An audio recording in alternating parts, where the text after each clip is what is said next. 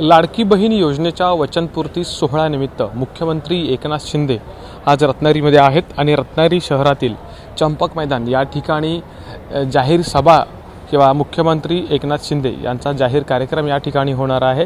आणि तर आता आपण बघितलं तर पूर्ण तयारी या ठिकाणी करण्यात आलेली आहे। सध्या पावसानं उसंत घेतलेली आहे आणि परिणामी उन्हाचा दाह आहे हीच काळजी घेता किंवा याच पार्श्वभूमीवरती हा जर्मन हँगर पद्धतीचा इथे मंडप उभारण्यात आलेला आहे। सर्व चोख व्यवस्था करण्यात आलेली आहे। पाणी असेल किंवा एनर्जल असेल त्याची ते पुरवण्यात आलेलं आहे। शिवाय पोलीस बंदोबस्त देखील अगदी चोख ठेवण्यात आलेला आहे।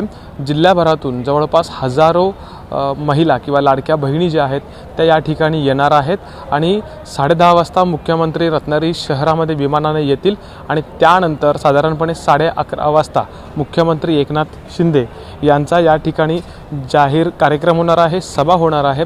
इंटरेस्टिंग गोष्ट हीच आहे की कोकणात सध्या राजकीय धुळवड पाहायला मिळते। विविध जे मतदारसंघ आहेत विधानसभेचे त्यावरती दावे प्रतिदावे केले जात आहेत। शिवाय महायुतीतील नेत्यांमध्ये वाद देखील उफाळून आलेला आहे। अशा पार्श्वभूमीवरती मुख्यमंत्री एकनाथ शिंदे वचनपूर्ती कार्यक्रमानिमित्त रत्नागिरीमध्ये येतात, कोकणात येत आहेत। त्यामुळं या कार्यक्रमाच्या व्यतिरिक्त इथल्या काही राजकीय स्थितीवरती मुख्यमंत्री भाष्य करणार का हे देखील पाहावं लागेल। कॅमेरामन मेहबूब शेखसह अमोल मोरे, एबीपी माझा, रत्नागिरी। एबीपी माझा, उघडा डोळे बघा नीट।